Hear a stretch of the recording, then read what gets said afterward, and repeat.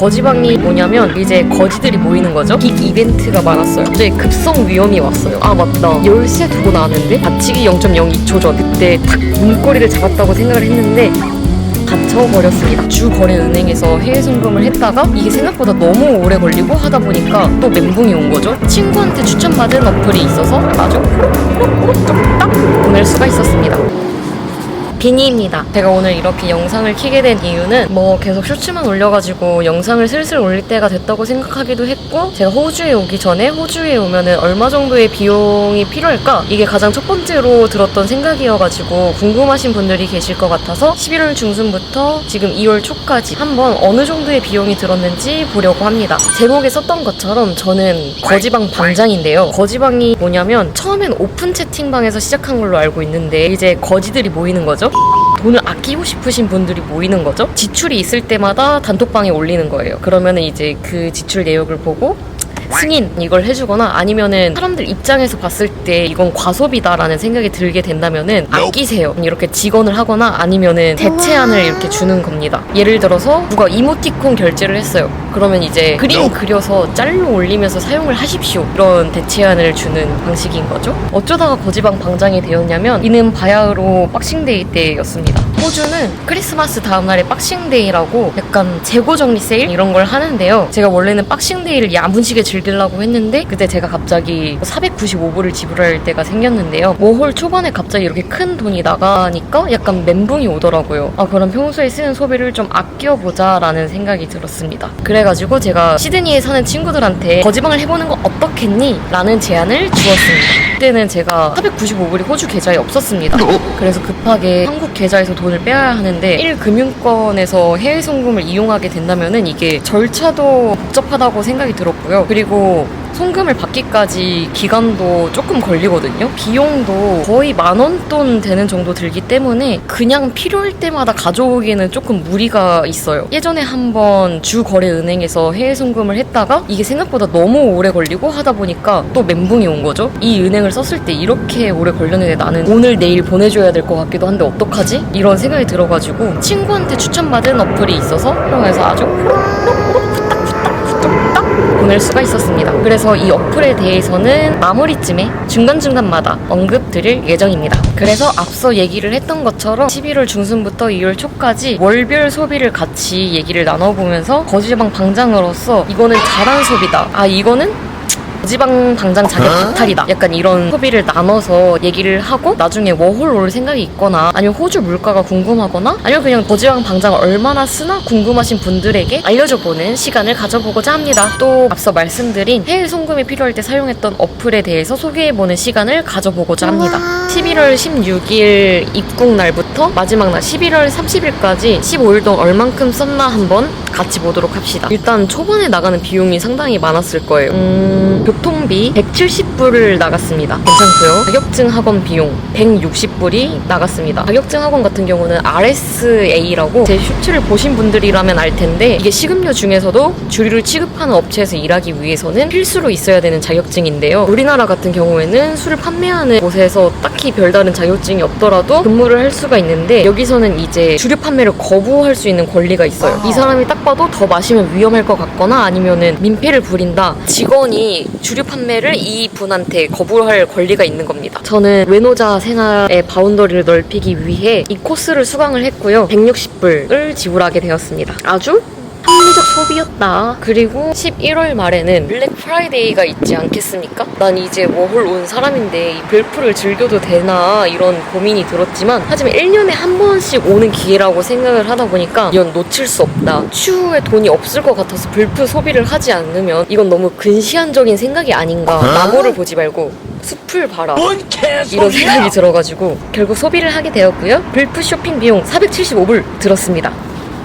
제가 별프 쇼핑 때 뭐를 했냐면은 호주는 여름이었기 때문에 샌들 하나 사주었고요. 그리고 제가 다 떨어져가는 운동화를 가지고 왔기 때문에 스니커즈도 하나 구매를 갈겨주었고요. 또 뭐 샀지? 겨울옷을 별로 챙기지 못했어요. 그래가지고 아디다스에 가가지고 집업도 하나 구매 갈겨주었고요. 패딩도 하나 구매 갈겨주었고요. 휘뚜루 마뚜루 입을 수 있는 티셔츠가 없었기 때문에 캘빈 클라인에서 티셔츠 한 벌인가? 갈겨주었습니다. 하지만 거지 방장으로서 실격할 수 있는 소비였다. 거지방 방장 자격?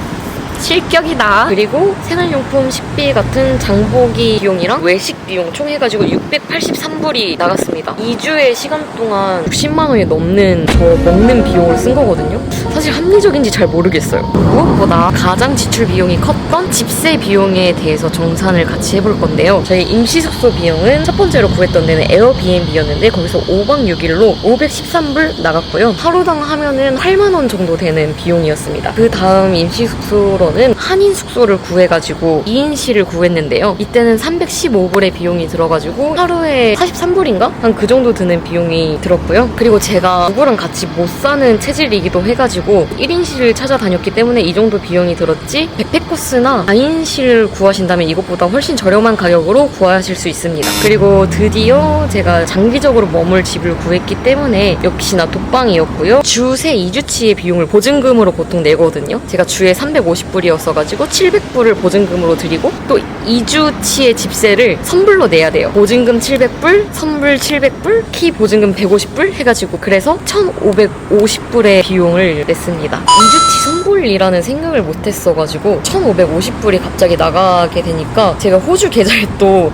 1550불이 없는 거예요. 친구한테 빌려서 내기도 했고 친구한테도 금방 돈을 돌려줘야 될 거 아니에요. 당연히 제 주거래은행에서 사용을 했어요. 제 모든 돈이 그 주거래은행에 담겨 있기도 했고 또 제 1금융권이다 보니까 신뢰도 있고 해가지고 제 주거래은행을 사용을 하게 되었는데 해외송금 수수료가 장난이 아니다라는 말을 듣긴 했습니다. 한 5,000원의 수수료가 들었던 것 같긴 한데 제 체가 5,000원보다 더 들었던 것 같긴 하거든요. 무엇보다 저는 당장 친구한테 돈을 갚아야 하는데 돈이 하루 이틀 만에 뚝딱 되지 않더라고요. 그때 주말도 끼고 해가지고 송금까지 걸리는 일수가 한 5일 정도 소요가 되었습니다. 이게 앞으로도 며칠씩 걸려서 송금을 하면은 나는 제이가 아닌데, 나는 겁나 즉흥적인 사람인데 갑자기 어떤 큰 돈이 나갈지 알고 미리미리 보내놓지? 이런 생각도 들고 쫌쫌더려 조금씩 미리 돈을 보내놓기에는 이 수수료를 티끌모아 태산으로 나중에 정산을 해본다면 이거는 거지왕 방장으로서 용납할 수 없다, 그런 생각이 들어서 나중에 해외송금 어플을 바꾸게 되었는데요.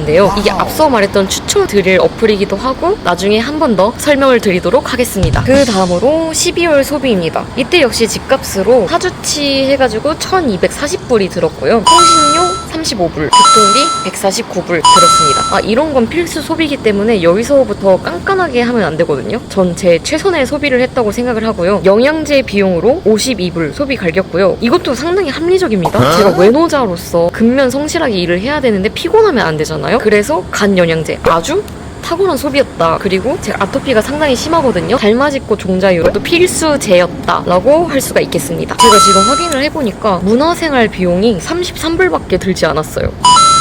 역시 최고의 거지망 방장. 근데 이런 외식 비용이 1056불이 들었거든요. 뭐가 그렇게 맛있었을까요? 다시 거지방 방장 자격 박탈하도록 하겠습니다. 12월에는 진짜 빅 이벤트가 많았어요. 갑자기 급성 위염이 왔어요. 20 몇 년간 한 번도 오지 않았는데 갑자기 오게 돼서 돌아다니면서 병원을 방문을 해주었고요. 이 비용이 그래도 별로 나가지 않았어요. 70불 정도 나갔고요. 나중에 보험으로 청구할 수 있다고 들어가지고 이거는 크게 개의치 않습니다. 그리고 제가 여름 때마다 알레르기성 결막염에 걸리는데 안약 비용 10불 지불을 하였고요. 그리고 여기서 제가 앞서 말했던 거지방 방장이 되었던 계기의 사건이 일어납니다. 크리스마스 때 친구들이 저희 집에 놀러 왔었는데 친구가 두고 간 물건이 있어가지고 그거를 돌려주러 1층에 나가려고 현관문을 나눴어요. 호주는 열쇠를 이용하는 방식이라 도어락이 없는데 닫히면은 자동적으로 잠기는 시스템이에요. 제가 이제 문을 열고 이 문이 닫혀가고 있는 이 몇 분 동안 맞다, 열쇠 두고 나왔는데 닫히기 0.02초 전 그때 탁 문고리를 잡았다고 생각을 했는데 닫혀버렸습니다. 해결책을 구하고자 집주인분에게 전화를 드렸고요. 집주인분은 한국에 있었기 때문에 도움을 줄 수 없는 상태였고 다만 저에게 제시하는 두 가지 방안이 있었습니다. 첫 번째, 빌딩 관리 매니저에게 전화를 해보라. 찾기는 했는데 도움을 줄 수 있는 분의 연락처는 아니었기 때문에 짤 당했고요. 두 번째 방안, 그냥 전문가를 불러야 되는 상황이었는데요. 이게 전문가를 불러도 문제가 되는 게 엘리베이터조차 열쇠가 있어야지 이용을 할 수가 있고 중앙 입구를 여는데도 열쇠가 필요하고 열쇠공한테 문을 열어줘도 이제 열쇠공은 로비에서 갇히는 거예요. 결국에는 제3자의 도움이 필요했는데 이웃집 문을 두들기면서 제가 이런 상황이고 열쇠공이 올 건데 열쇠를 빌려줄 수 있겠니? 라고 싹싹싹싹 빌어야 되는 그런 상황이었습니다. 외국에서 이웃집 문을 두들기는 거 쉽지 않았습니다. 하지만 이런 머리를 굴릴 시간이 없었기 때문에 문을 두들겼고요. 결국에는 이렇게 나오셔가지고 싹싹 빌어가지고 그분이 열쇠를 빌려주는 건 조금 어렵고 열쇠공이 오면은 문 열어줄게. 근데 이제 구글맵으로 가장 가까운 열쇠 수리 업체를 찾아가지고 오실 수 있는 열쇠공을 매칭을 시켜줘가지고 근데 제가 배터리가 없었어요. 그래서 그냥 꺼진 핸드폰을 쥐고 문 앞에 복도에 이렇게 쭈그려 앉아서 올 때까지 기다렸습니다. 결국에는 무사히 오셨고요. 얼마냐고 물어봤어요. $450라고 이렇게 말씀을 하셔가지고 그렇구나. 당장 내가 450불이 없는데 하면서 이 집주인분에게 급하게 돈을 껐고요. 그리고 결제를 이렇게 때리는데 495불이 결제가 되는 거예요. 45불이 추가로 결제된 이유 그날은 박싱데이였고 호주에는 홀리데이 서차지라고 10%의 비용이 추가로 지불을 해야 되거든요. 495불을 지불하게 되었습니다. 이걸 계기로 저는 거지방 방장이 되었답니다. 그래가지고 제가 이제 집주인분한테 돈을 드려야 되는데 저번에 경험으로 한 5일의 시간이 걸렸잖아요. 그래가지고 제가 급하게 다른 해외송금 어플을 찾다가 친구한테 너 혹시 해외송금 어플 뭐 써? 라고 물어보니까 알려준 어플이 있었는데요. 친구는 그걸 쓰고 5시간 만에 돈이 들어왔다는 거예요. 그래서 그때 갑자기 불현듯 그 어플이 생각이 나가지고 사용을 하게 되었는데요. 덕분에 저는 그날 24시간 내로 돈이 들어왔고요. 이 어플에 대한 설명은 마무리에 다시 서술하도록 하겠습니다. 마지막으로 1월 비용입니다. 제가 2월 1일 기준으로 새로운 곳으로 이사를 오게 돼가지고 그 전집에는 이제 2주하고 1주하고 며칠 이렇게 해가지고 총 1120불의 집세를 지불을 하게 되었고요. 이게 또 외식 비용과 장보기 비용을 988불을 지불을 했네요. 저는 도대체 뭘 먹고 다니는 걸까요? 그리고 이제 한동안 비치에 놀러 가다 보니까 약간 수영하는 맛을 알게 되어가지고 수영용품을 사게 되었거든요. 그게 43불 정도 나갔고요.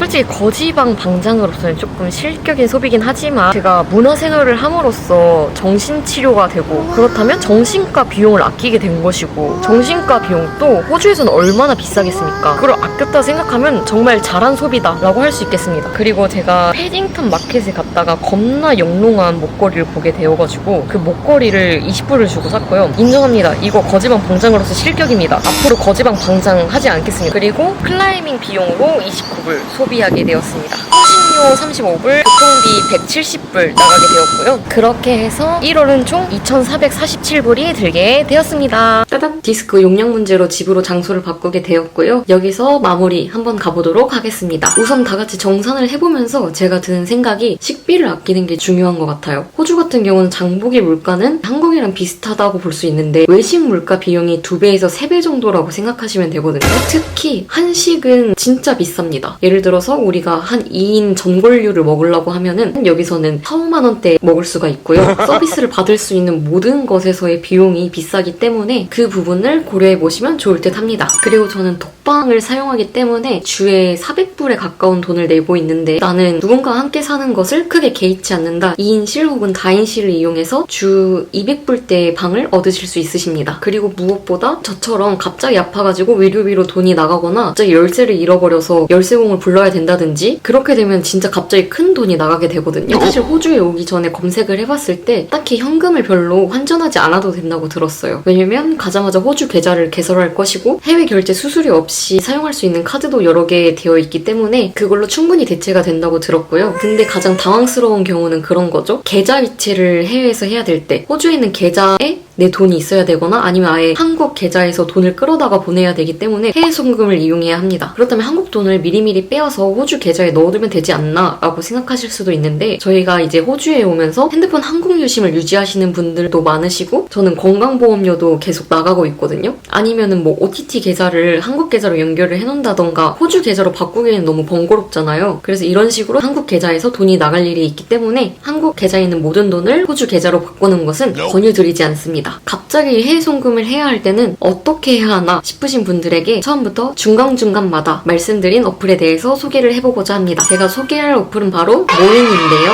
저도 호주에 온 지 3개월도 되지 않았기 때문에 이 어플을 많이 사용한 건 아니지만 앞서 말했던 여러분의 경험으로 가장 크게 느낀 모인의 장점이 2가지가 있습니다. 바로 첫 번째는 송금 수수료입니다. 제 주거래 은행에서 해외 송금을 했을 때는 송금 수수료가 5,000원이 나갔다고 했는데요. 금액이 커지면 커질수록 송금 수수료도 올라가기 때문에 때문에 거의 10,000원 되는 돈이 수수료로 나갈 수가 있거든요. 근데 모이는 약 1,000원이라는 돈으로 송금을 하실 수가 있으십니다. 그리고 두 번째 장점, 바로 송금 가능 시간입니다. 제 주거래 은행의 송금 가능 시간은 오전 9시부터 오후 4시까지인데요. 이게 인터넷을 이용하더라도 그렇게 되거든요. 모인 같은 경우 평일에는 오전 9시부터 다음날 오전 5시까지, 아니 5시 반까지 송금이 가능하시고요. 그리고 제 주거래 은행은 주말에는 해외 송금을 할 수가 없는데, 모인 같은 경우에는 토요일에는 오전 9시부터 밤 12시까지, 일요일에는 오전 9시부터 오후 6시까지 송금이 가능합니다.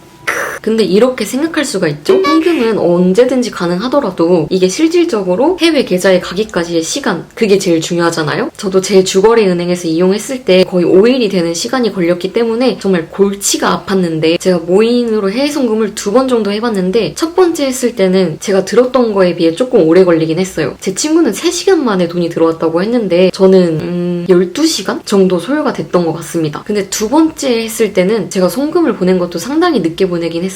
밤 9시가 넘는 시간에 송금을 시도를 했거든요. 근데 밤 11시쯤에 호주 계좌로 돈이 들어왔습니다. 단 2시간 만에 들어왔습니다. 그래서 앞으로 호주에 오실 분들, 다른 국가에서 해외 송금 이용하셔야 되는 분들에게는 모인 어플 사용하는 걸 강력하게 추천드립니다. 워홀 오기 전에 물가 때문에 걱정하시는 분들이 많던데, 제가 직접 겪어본 바로는 막 그렇게 물가가 높다고 체감이 많이 되진 않아요. 이제 일을 시작하면은 시급도 그만큼 높기 때문에 그게 충당이 되고, 앞서 말했듯이 장보기 물가는 한국이랑 비슷하기도 하고, 저는 올 때 아마도 여유 자금을 500만 원에서 700만 원 정도 가지고 온 것 같은데, 제가 듣기로는 200만 원만 가지고 오시는 분도 계시긴 하거든요. 200만 원 정도를 가져오게 된다면은 일을 정말 빨리 시작해야 하고, 집도 다인실로 구하고, 그런 선택을 하셔야 될 것 같습니다. 그래서 저의 적당선은 500만 원이지 않나 라고 생각을 하고요. 모쪼록 와서 돈 때문에 쪼들리지 않고, 갑자기 급전이 필요해서 당황하지 않고 즐거운 워홀 생활 즐기고 가셨으면 좋겠습니다. 지금까지 거지방 방장 자유 박탈당한 비니였습니다. 안녕.